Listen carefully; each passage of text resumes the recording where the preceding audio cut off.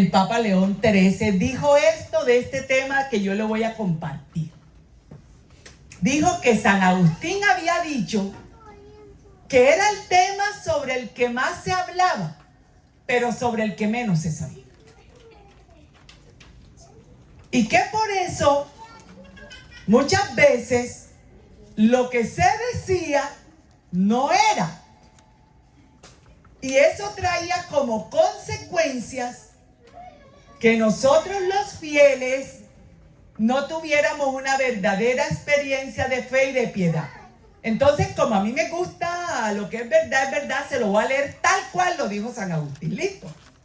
San Agustín lo dijo así. Dice: así pues, quien escriba o hable sobre la Trinidad siempre deberá tener ante la vista lo que prudentemente amonesta San Agustín, está diciendo el Papa. Cuando se habla de la Trinidad, conviene hacerlo con prudencia y humildad. Como dice Agustín, en ninguna otra materia intelectual es mayor o el trabajo o el peligro de equivocarse o el fruto una vez logrado. Peligro que procede de confundir entre sí, en la fe o en la piedad, a las divinas personas o de multiplicar su única naturaleza. Pues la fe católica nos enseña a venerar un solo Dios en la Trinidad y la Trinidad en un solo Dios. Carta encíclica del Papa León XIII que se llama El Espíritu Santo. ¿Por qué se lo cuento? Por lo que dije al principio. Este es el tema más importante de nuestra fe. El más importante. Y es el dogma más importante de nuestra fe. Y por eso yo también, antes de entrar al tema, quiero animarlo. Los laicos nos tenemos que formar. Usted puede tener un gran carisma de evangelización o de predicación, pero si no se forma no va a pasar de la puerta.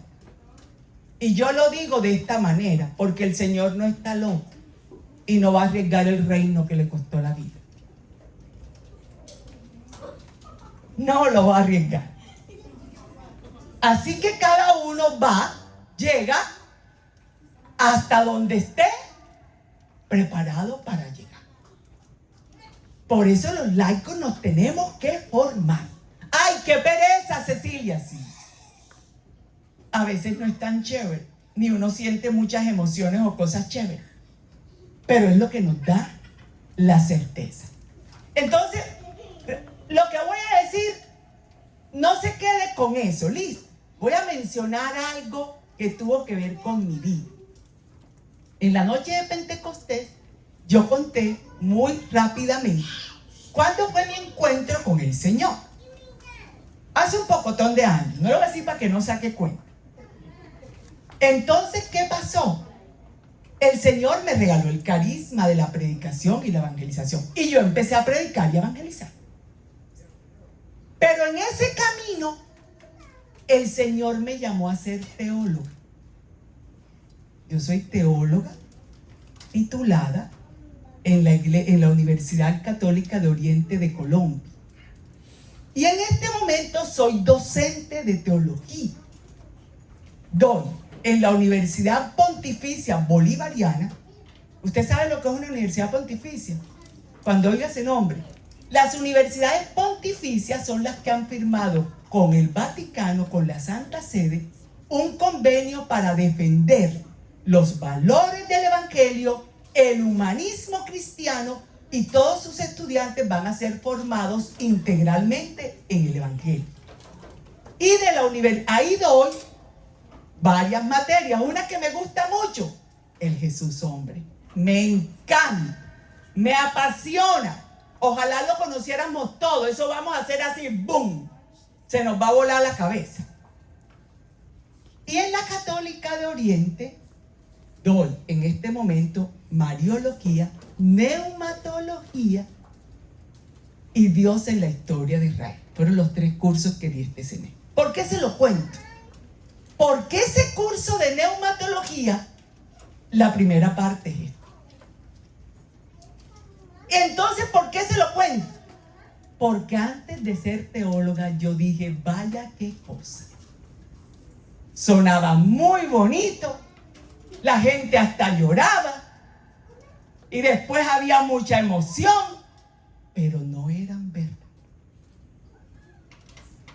Y no eran verdad de la fe. Y por eso entendí por qué el Señor me llevó a estudiar. Porque estaban diciendo muchas cosas que no era verdad. ¿Por qué hago ese preámbulo? Primero, para animar. Porque hay temas que son densos, los llamo yo. Es decir, profundos.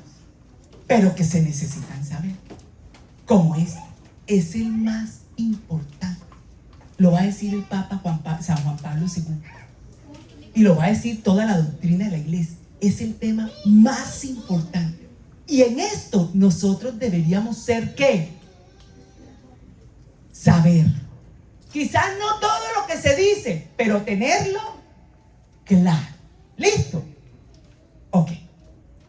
Con ese preámbulo, nuestro tema de esta noche es la Santísima Trinidad. Y cualquiera me dirá, ay, era eso. Yo quiero pedirle que se sienta en confianza. Si en un momento yo digo algo que usted no me entendió, usted me levanta la mano. ¿Listo?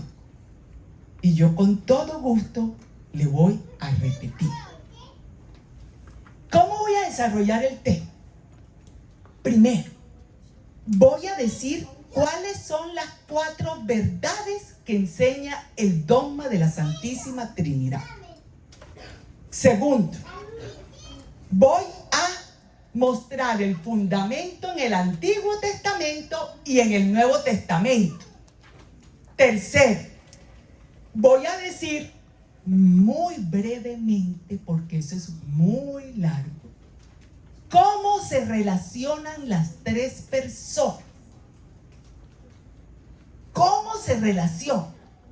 Y voy a sacar algunas conclusiones. Eso voy a decir esta noche, no me da el tiempo para más, pero espero que con esto quedemos muy animados para seguir conociendo la Santísima Trinidad. ¿Listo? ¿Trajeron Biblias? Empezamos mal. No se puede venir a conocer la Santísima Trinidad sin la Biblia. Bueno, entonces, gracias hermano, muy amable. Entonces, como les decía, San Juan Pablo II, en una audiencia el miércoles del 9 de octubre de 1985, dijo esto: este misterio, el más grande de todos los misterios, pues de todos es principio y fin. Es decir, que si esto no está claro, nosotros no vamos a entender en quién creemos. No vamos a conocer al Dios en el que creemos.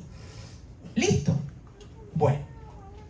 Entonces, lo segundo que tengo que decir es que la Santísima Trinidad es un misterio de fe. ¿Qué quiere decir eso? El hombre no puede conocer a Dios. No tenemos la capacidad. ¿Por qué lo conocimos? Porque Dios mismo se reveló. ¿Listo? O sea, Dios dijo quién era, cómo era. Él se reveló. Nosotros no lo podemos encontrar. Históricamente no lo hubiéramos podido encontrar nunca. Él se empezó a revelar. Empezó a dejarse conocer.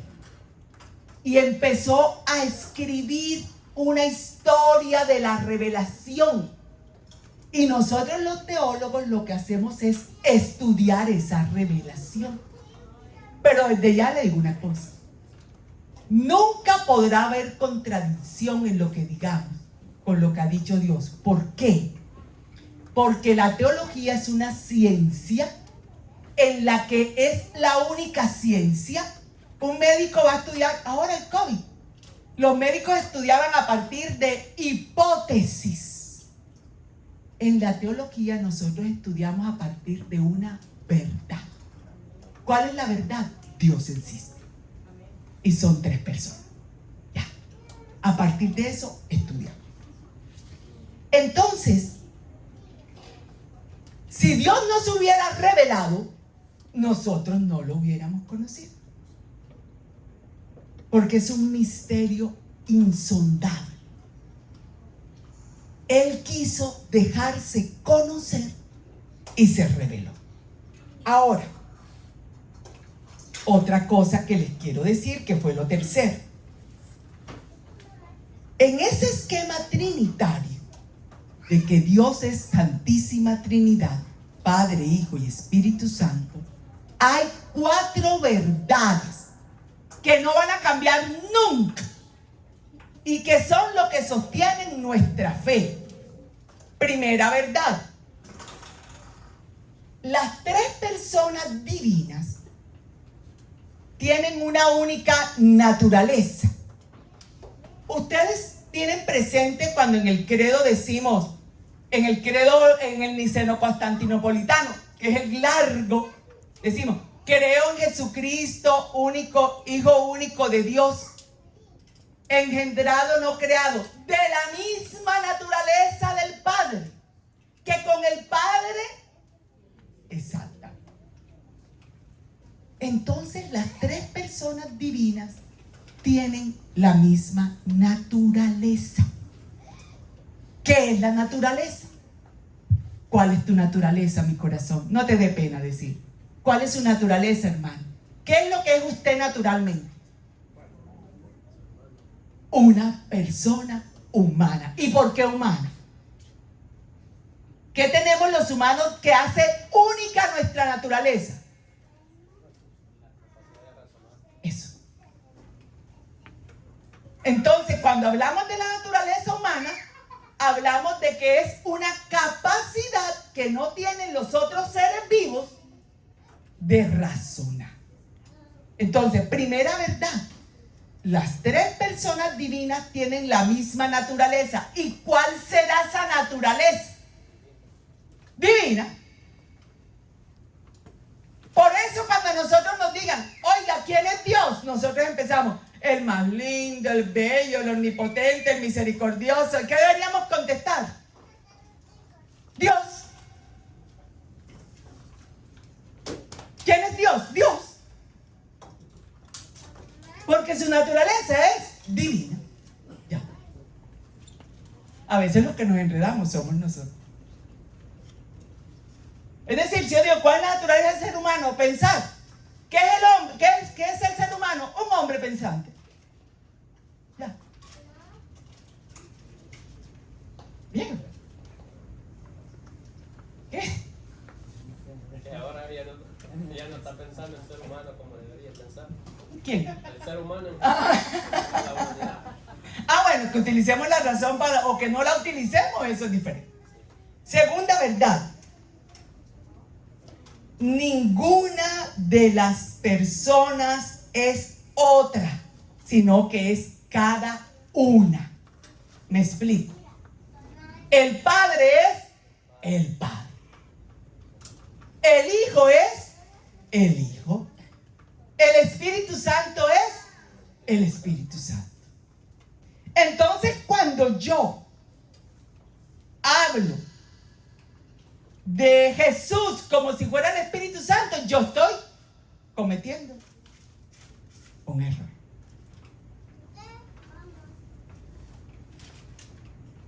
Coloco un ejemplo. ¿Qué es lo que identifica al Padre? Diga lo que quiera, no pasa nada. Estamos aquí más que en una prédica conversando. ¿Qué identifica al Padre? ¿No escuché? ¿La qué? Autoridad. No. Amoroso. ¿Y entonces qué hizo con ese amor? Lo expandió. ¿Qué hizo? No, eso fue después. ¿Qué hizo el Padre con su amor? Dígalo duro. El Padre es el que crea por amor. Ya.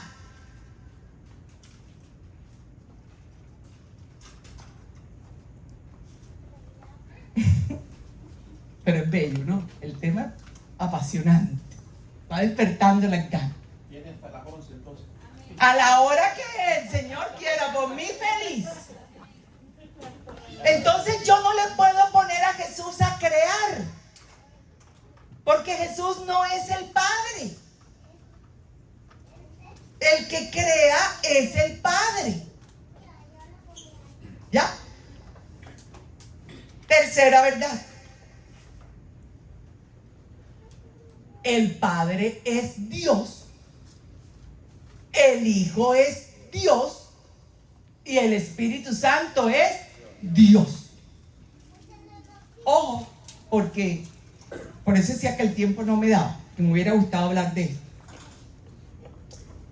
A principio, en el primer siglo, cuando se estaban formando las primeras comunidades que evangelizaban los apóstoles, surgieron las primeras herejías. ¿Saben lo que es una herejía? Los errores sobre Dios y los errores sobre Jesús se llaman errores cristológicos. Uno de los errores que surgía era decir que Jesús solamente, que era solo espíritu con forma humana, pero que no era hombre. Eso era un error. Por eso cuando alguien dice, ay, pero es que el Señor, ¿cómo sufrió? Sí, pero es que Él era Dios, como si no sufriera. Eso es un error. Porque sufrió como hombre. Porque tiene las dos naturalezas, la humana y la divina. Entonces yo no puedo quitarle la naturaleza humana. Yo no puedo decir, no, es que Él no sufrió, es que Él sabía todo, Él sabía... No, Señor. Se despojó, lo va a decir Pablo de una manera muy bella en los Filipenses, en el capítulo 2. Se despojó de su divinidad para bajarse y hacerse igual al hombre en todo, menos en el pecado. Es decir, vino a vivir como hombre. Y ese llanto en el Getsemaní fue diciéndole al Padre, papá, ¿puedo usar mi divinidad para salvarme de la cruz y que no se acabe mi obra todavía? Y el papá le dijo, no, Jesucito, como hombre hasta el final. Ah, bueno, que se haga tu voluntad. ¿No les parece muy bello? Eso es apasionante. Y la última. No son tres dioses. Son un solo Dios. Por eso esta es la más grande verdad, no solo de los cristianos católicos, sino de todo el que se llame cristiano, de todo el cristianismo. La confesión trinitaria es la manera como uno la expresa. Pero si tuviera uno de esos errores, de esas 4 verdades que dijimos, ya esa confesión trinitaria está mal. Está mal fundamentada. ¿Cómo vamos? ¿Alguna pregunta hasta aquí? Tranquilo. No hay problema. Porque como dijo el Papa, este tema es...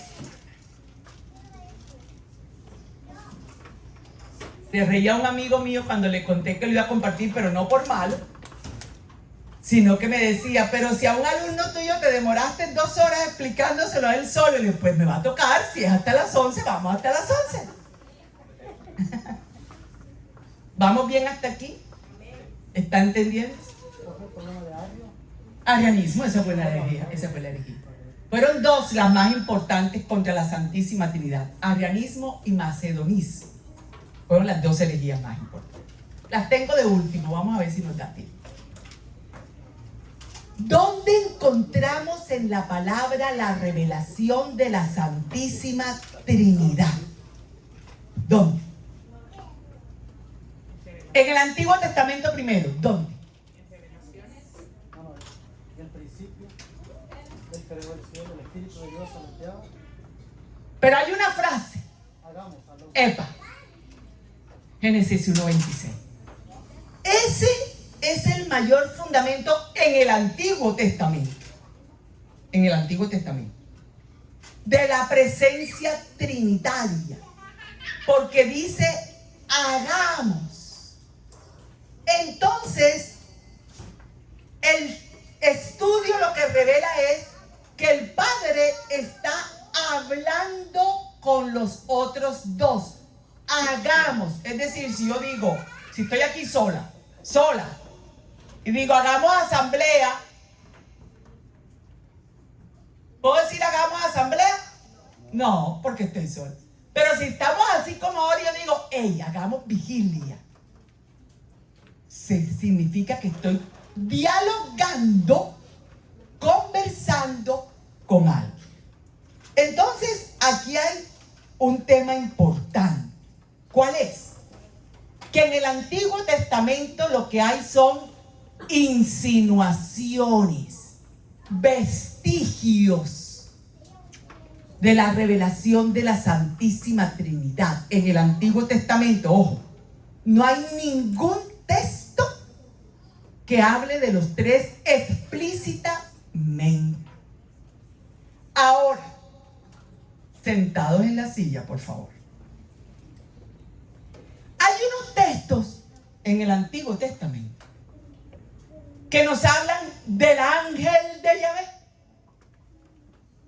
¿O no? Y vimos por ahí a un señor que peleó con uno. Y a otro se le apareció otro por allá. ¿Qué es un ángel?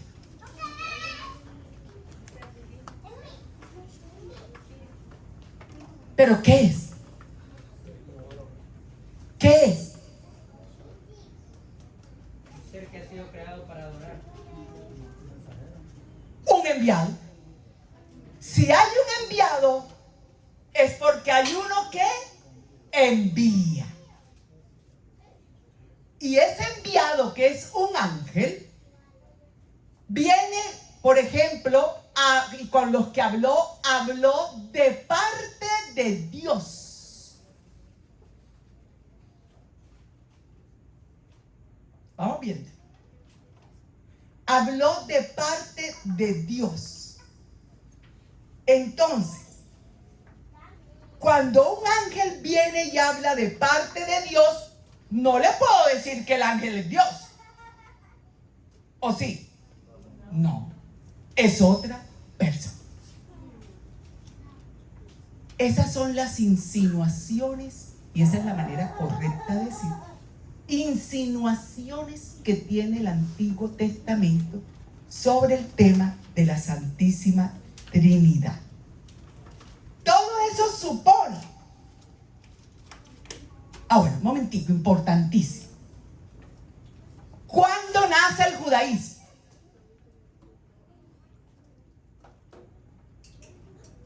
Diga lo que se le ocurra, a lo mejor el Espíritu Santo le sopla.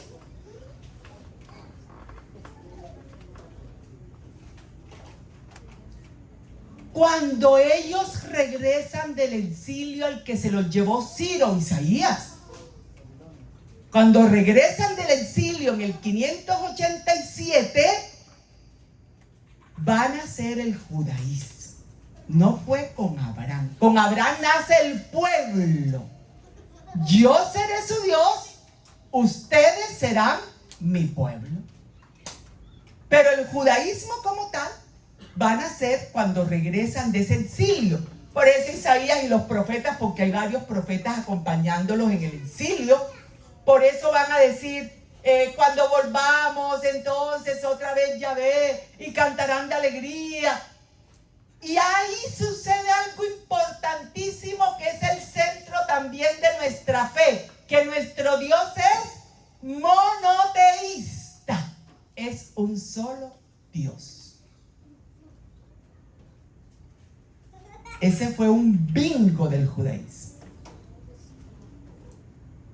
Ese Dios que nos está acompañando, que con los profetas nos está diciendo que cuando vamos a cambiar el corazón, que nos va a dar la oportunidad de convertir, que nos va a dar la oportunidad de reconocer, es uno solo.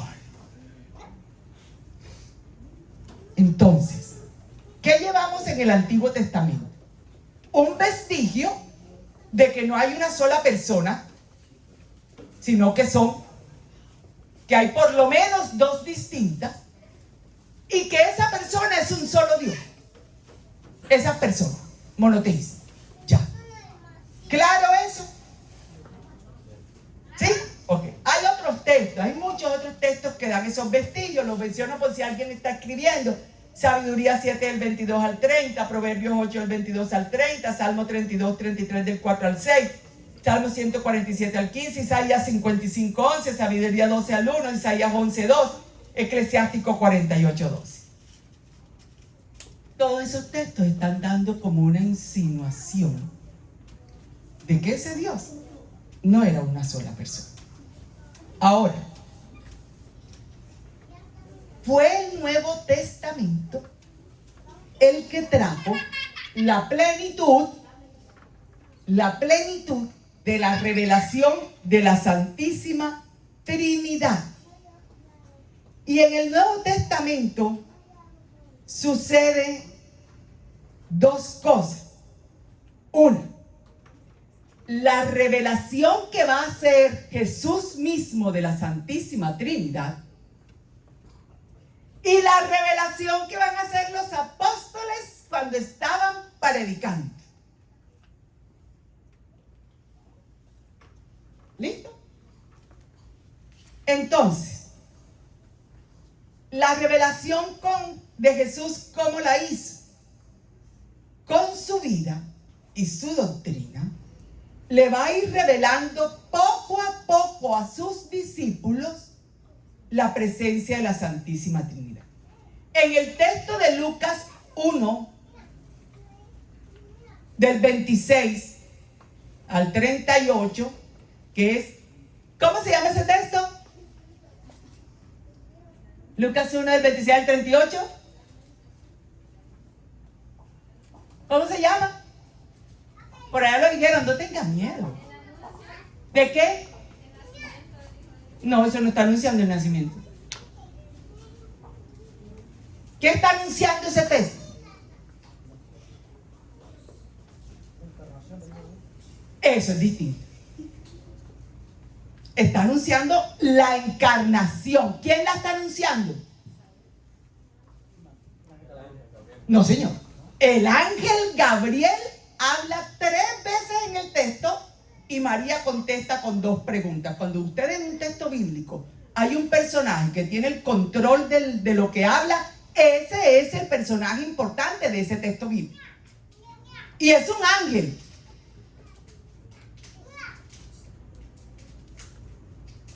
O sea, hay un vestigio, hay un enviado de Dios. Aparece el anuncio del que va a venir y el anuncio del Espíritu Santo. O sea, ahí están las 3. Es el primer texto que habla de los 3 en orden de composición del escrito, pues, del Evangelio. Ahora, pero más tarde, en el bautismo de Jesús, según Mateo capítulo 3, versículo del 16 al 17, dice eso, dice: al instante que salió del agua se abrieron los cielos sobre él y vio bajar al Espíritu Santo en forma de paloma. Y se oyó una voz del cielo que decía: este es mi Hijo querido en quien tengo puesta toda mi complacencia. Palabra de Dios. En el bautismo de Jesús, entonces, nos vuelve a revelar el mismo Jesús la presencia de la Santísima Trinidad. El Padre habla, se oyó una voz. El Hijo está presente y el Espíritu Santo desciende como en forma de paloma. No vayan a creer que fue una paloma la que bajó. Eso que vivió Jesús en el bautismo es una teofanía. No es histórico. Nadie está viendo la paloma y nadie está escuchando esa voz. ¿Quién la está escuchando y viendo? Jesús.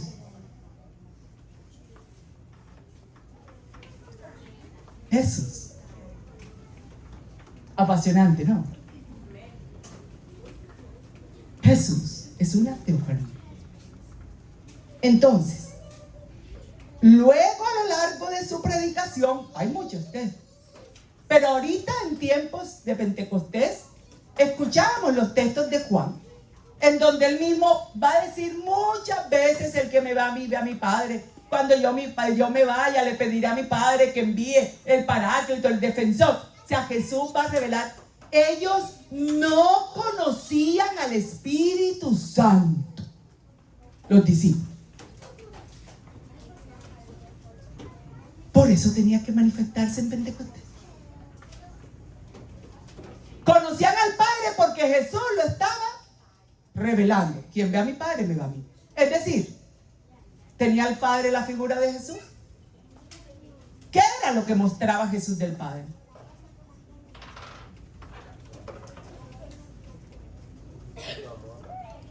¿Y cómo lo mostraba? Ay, porque a nosotros nos encanta hablar del amor. Pero nos preguntan: ¿cómo mostramos el amor cristiano? ¿Y cuál era la voluntad del Padre? No, señor. La voluntad del Padre para Jesús fue mostrarlo a Él.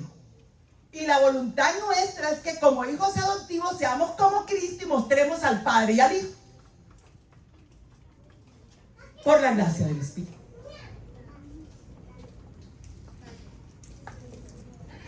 ¿Qué mostró Jesús que era el Padre?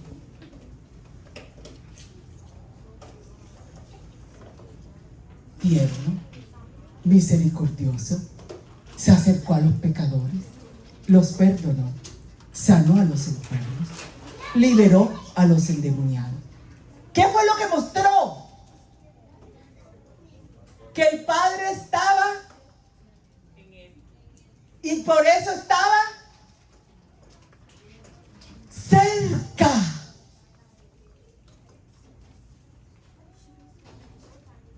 Por eso cuando nos pregunten dónde está el Padre, nosotros no podemos hacer así. Porque el Padre no vive en las nubes. El Padre no tiene forma humana. Eso que nos pintan con una barba blanca y el pelito blanco y la bata blanca es una manera iconográfica de mostrarnos pues que hay una persona divina que es el que primero se reveló. Pero no tiene forma humana. ¿Lo sabían? Me miraron así algunos como, ¿cómo? ¿Dónde está?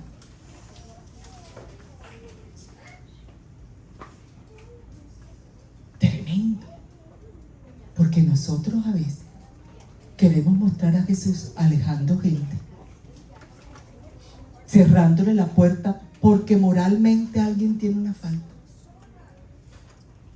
negando la oportunidad de que conozcan el amor de Dios. Cuando Jesús lo que vino a decir: vea, judíos, ustedes están equivocados. Ustedes no conocen a Dios, religiosos, con tantas normas y tradiciones. Dios está cerca. Tan cerca que, mire, vean, puede sanar.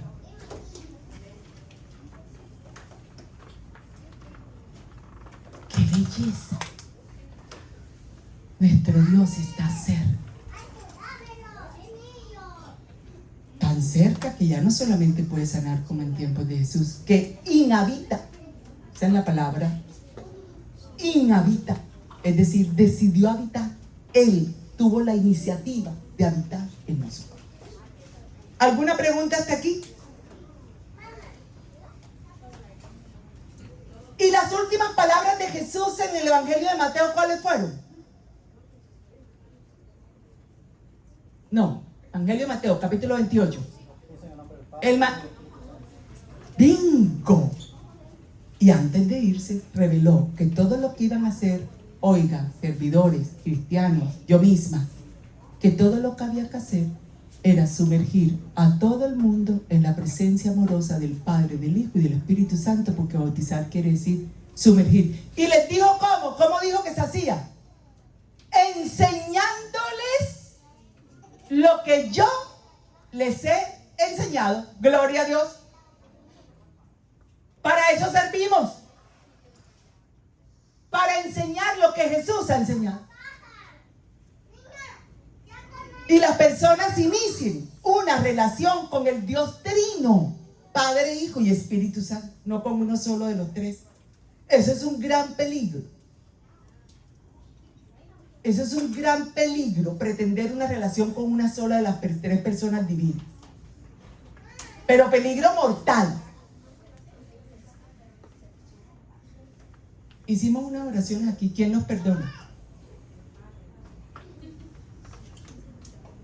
¿A quién alabamos? A los tres.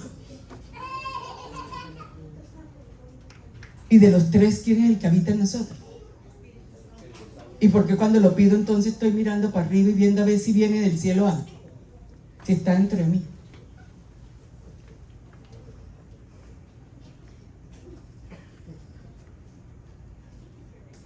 ¿Alguien iba a decir algo?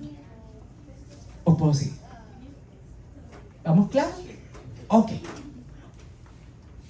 Esas últimas palabras que Jesús les dijo, ellos lo hicieron. Fueron a predicar.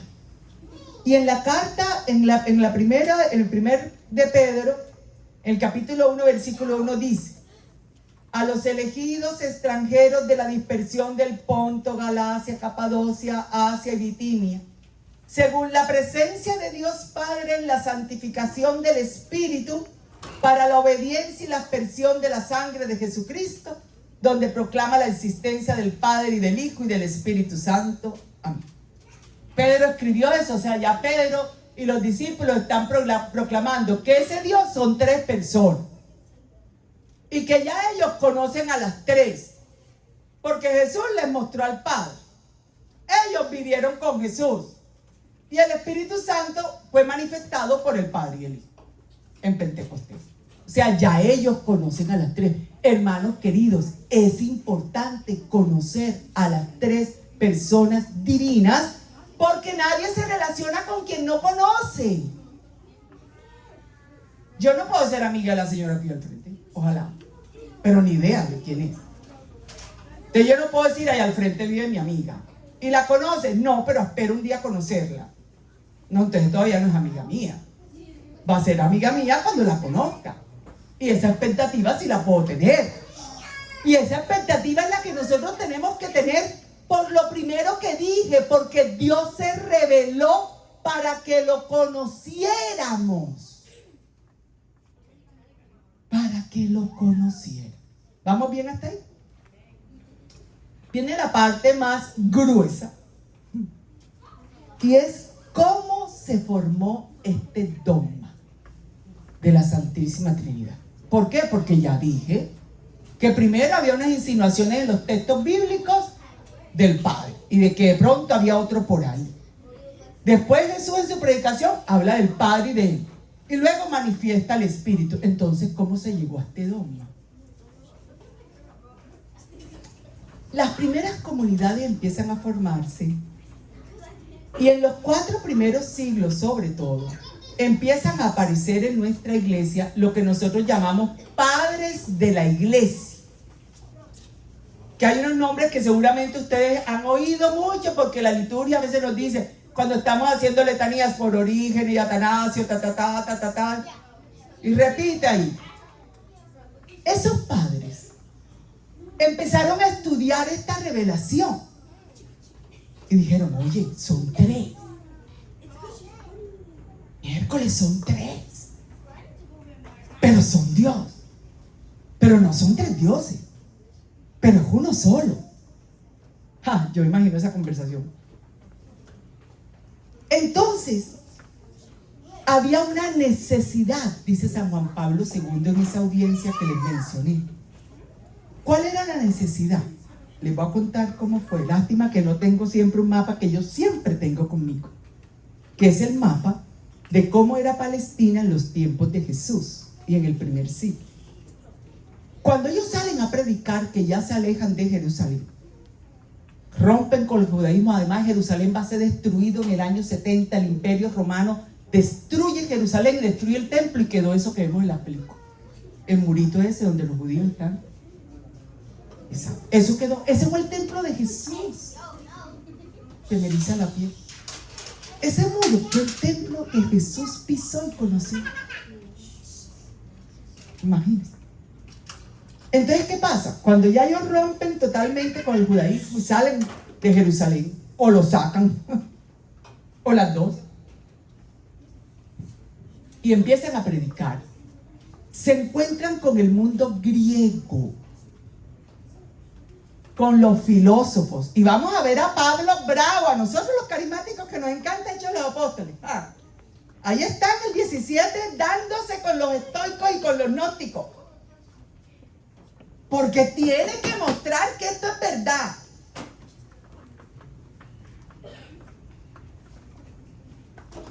Y en el templo de Atenea tiene una gran discusión con ellos. Atenienses, y lo iban a matar por eso. Le tocó salir corriendo.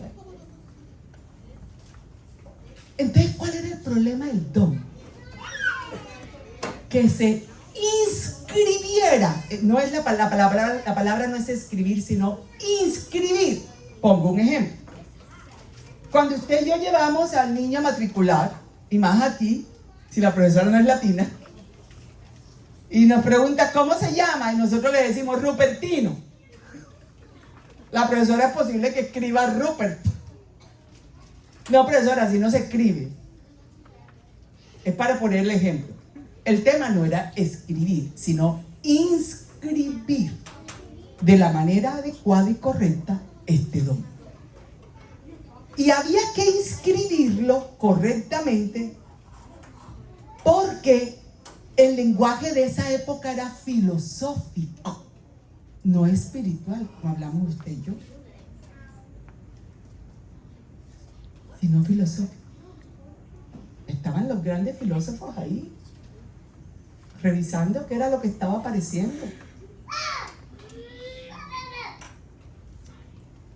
Así surgió, hermano. Nosotros no podemos seguir pensando que era que había solamente en Jerusalén y nadie llegaba y nadie entraba y nadie salía y todo eso. Ya me hicieron señas, entonces voy a resumir cómo se formó. Hubo dos concilios muy importantes, el de Nicea y el de Constantinopla, año 325 y 381, que hablaron por primera vez de la Santísima Trinidad. Pero después habló uno, la manera correcta de llamar un credo es símbolo. Símbolo. Después va a aparecer el credo de Atanasio, que tiene otro nombre. Cuando ustedes vean este nombre ya saben lo que es. El credo de Quicunque.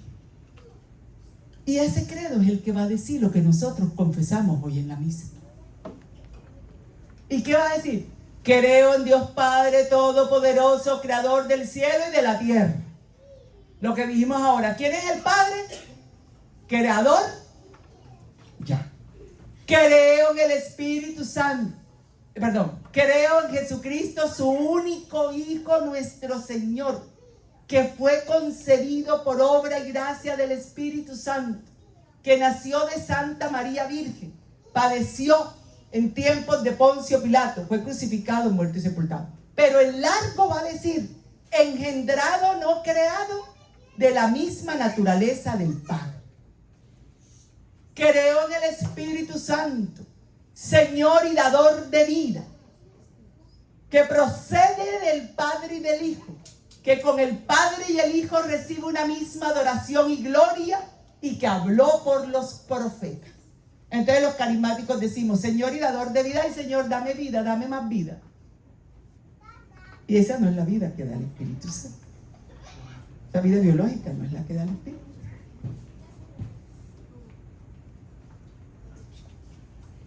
Hasta ahí voy a llegar, porque no tengo el tiempo para contarles cómo se relacionan, y no quiero dejarlo a medio decir, y ya me hicieron señas. Tremendo. Tremendo. Los cristianos tenemos, vea, así no sepamos más nada, pero esto tiene que estar clarito. Porque cuando yo voy a evangelizar a una persona para que sea cristiana, yo tengo que saber explicarle quién es su Dios y cómo es.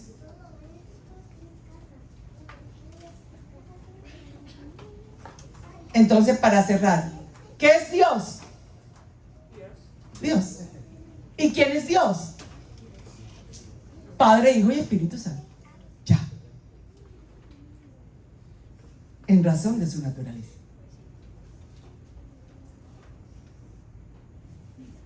Yo sé, porque por eso comencé contándoles lo que les conté, que muchas veces enseñé lo que no era. Que muchas veces ante esto lo que hacemos es buscar todos los textos que hablan del Espíritu Santo, de Jesús, y decir que fue así, mira lo que es. Esto es un tema de doctrina, no de interpretación bíblica a la manera que cada uno quiere. Esto es un tema de doctrina.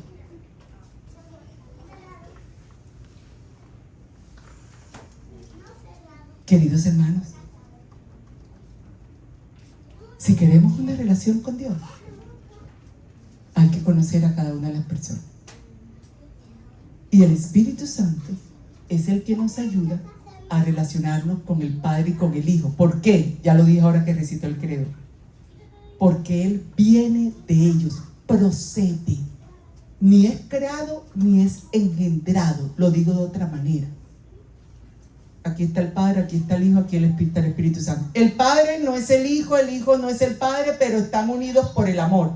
El Espíritu Santo no es el Hijo no es el Espíritu Santo, pero están este amor que se tiene el Padre y el Hijo. Nace no. Pues de ellos viene a la persona del Espíritu Santo, porque Él es el amor de Dios que ha sido derramado en nuestro corazón. El Espíritu Santo no es el Padre, ni el Padre es el Espíritu Santo, pero el amor del Padre procede al Espíritu Santo.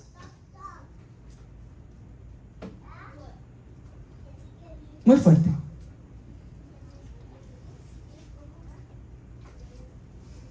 Sí, busqué la manera más sencilla de decirlo, por eso leí lo que dice el Papa, que es muy complicado estudiarlo, pero que hay que estudiar.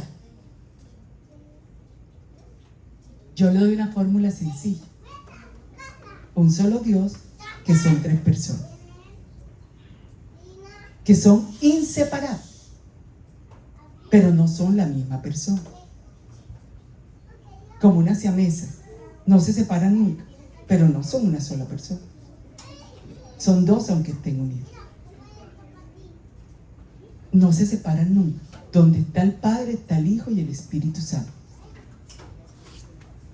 Están los tres. ¿Listo? Bueno, yo creo que la oración de esta noche es sencilla. Pedirle al Espíritu Santo la gracia que nos ayude, porque el Espíritu Santo actúa en nuestra razón, actúa en nuestro entendimiento, porque esa imagen y semejanza de Dios no es el físico. Dios nos dio la capacidad para conocerlo. Eso se llama razón. Y nos dio la libertad para creer en Él. Eso se llama voluntad y libertad. En eso es que nos parecemos a Dios.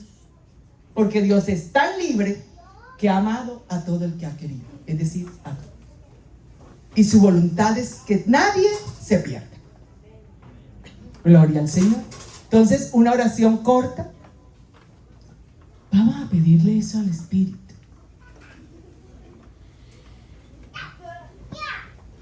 Necesitamos conocer a Dios. Así no sepamos palabras, pero tener esa certeza. Nuestro Dios son tres personas.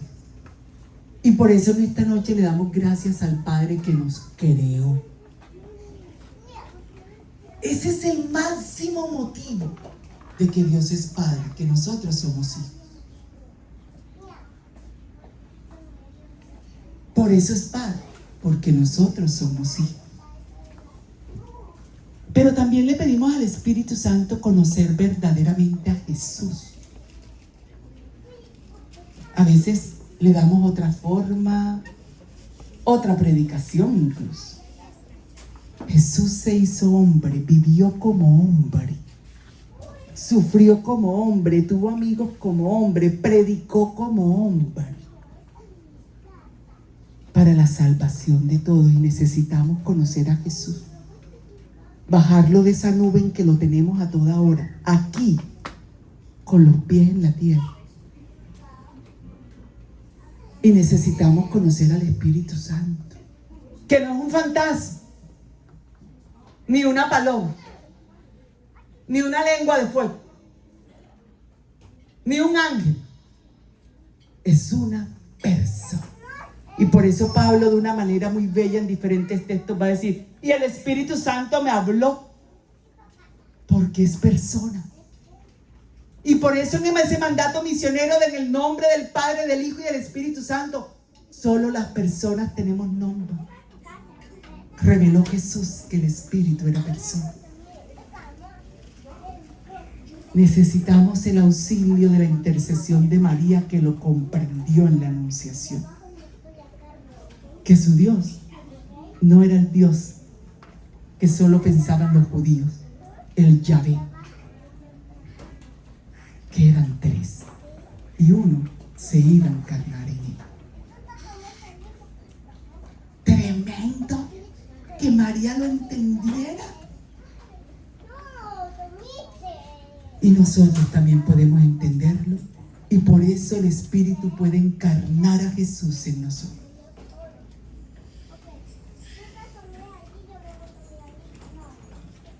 Padre, ayúdanos a conocerte, a amarte. No nos dejes equivocar, no nos dejes confundir. Que la luz de tu Espíritu venga en nuestro auxilio y penetre lo más profundo de nuestro ser y sondee, rebusque en nuestro interior qué es lo que hemos creído y qué es lo que hemos profesado. Y si llegara a encontrar un error en nosotros, Espíritu Santo, ayúdanos a entender la verdad de Jesús, la que Él enseñó, que no estaba solo, que quien lo veía a Él veía al Padre, y que cuando Él se fue, pediría al Padre que enviara al Paráclito. Ven en nuestro auxilio, Espíritu, como lo hiciste ese día en María, para que ella también pudiera entender que era el Dios Trino el que iba a actuar en ella, que no era uno solo, eran los tres. Y como ella entonces cantar alabanza y salir después de confirmar, como lo hizo ella en casa de Isabel, que el poderoso hizo obras grandes en ella, y su nombre es santo, y su misericordia se muestra a sus fieles de generación en generación. Ven, Espíritu Santo, ven de parte del Padre y del Hijo, ven y danos claridad, permítenos entender esa verdad, que no son tres dioses, sino tres personas, que tienen la misma naturaleza, es decir, la naturaleza divina, y que se revelaron para que el hombre los conociera. Ven, Espíritu de Dios, tantas veces te cantamos que queremos conocer a Dios. Para conocer a Dios hay que entender quién es Dios. Gracias, Señor. Gracias por la acción de cada una de las personas. Gracias por el bien que nos has hecho con tu amor, Padre, con tu bondad, con tu misericordia. Gracias por el anuncio del reino, Jesús, y por la doctrina que predicaste, y por los signos que hiciste, sanando y liberando. Gracias. Gracias, Espíritu Santo, por haberte derramado en nuestro corazón, para que asimismo nosotros seamos imagen del Padre y del Hijo.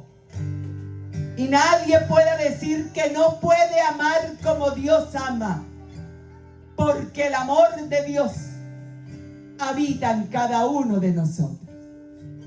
Santísima Trinidad, 3 personas y un solo Dios verdadero.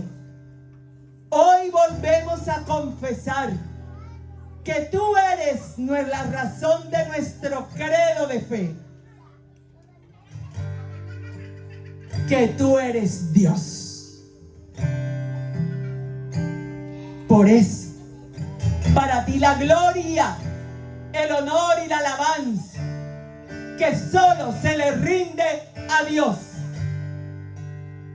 Gloria al Padre, gloria al Hijo y gloria al Espíritu Santo, como era en un principio. Responde, hermano. Esa es la más grande alabanza que se le puede hacer a Dios. Glorificar a cada una de las 3 personas divinas. Nuevamente, gloria al Padre, gloria al Hijo y gloria al Espíritu Santo.